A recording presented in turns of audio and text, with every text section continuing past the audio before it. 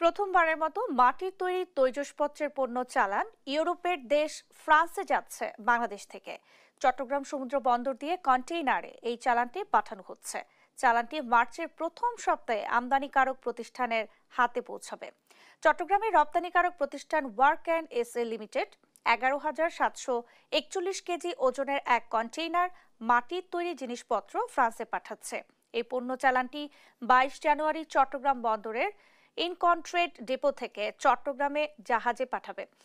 এই চালানে দৃষ্টিনন্দন মাটির ডিনার সেট, কাপ পিরিচ সেট, গ্লাস সেট, বাটি সেট, হাঁড়ি পাতিল, মটকা, মাটির ব্যাং, ঘটি বাটি, বাসন ব্যবহারিক জিনিসপত্র ও খেলনা সামগ্রী সহ প্রায় 100 ধরনের সামগ্রী রয়েছে।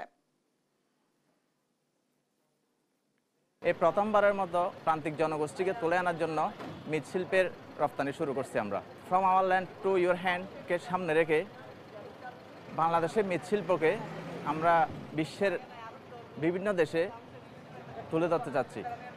বিশেষ করে এই প্রোডাক্টটা আমরা ইউরোপের ফ্রান্সে পাঠাচ্ছি।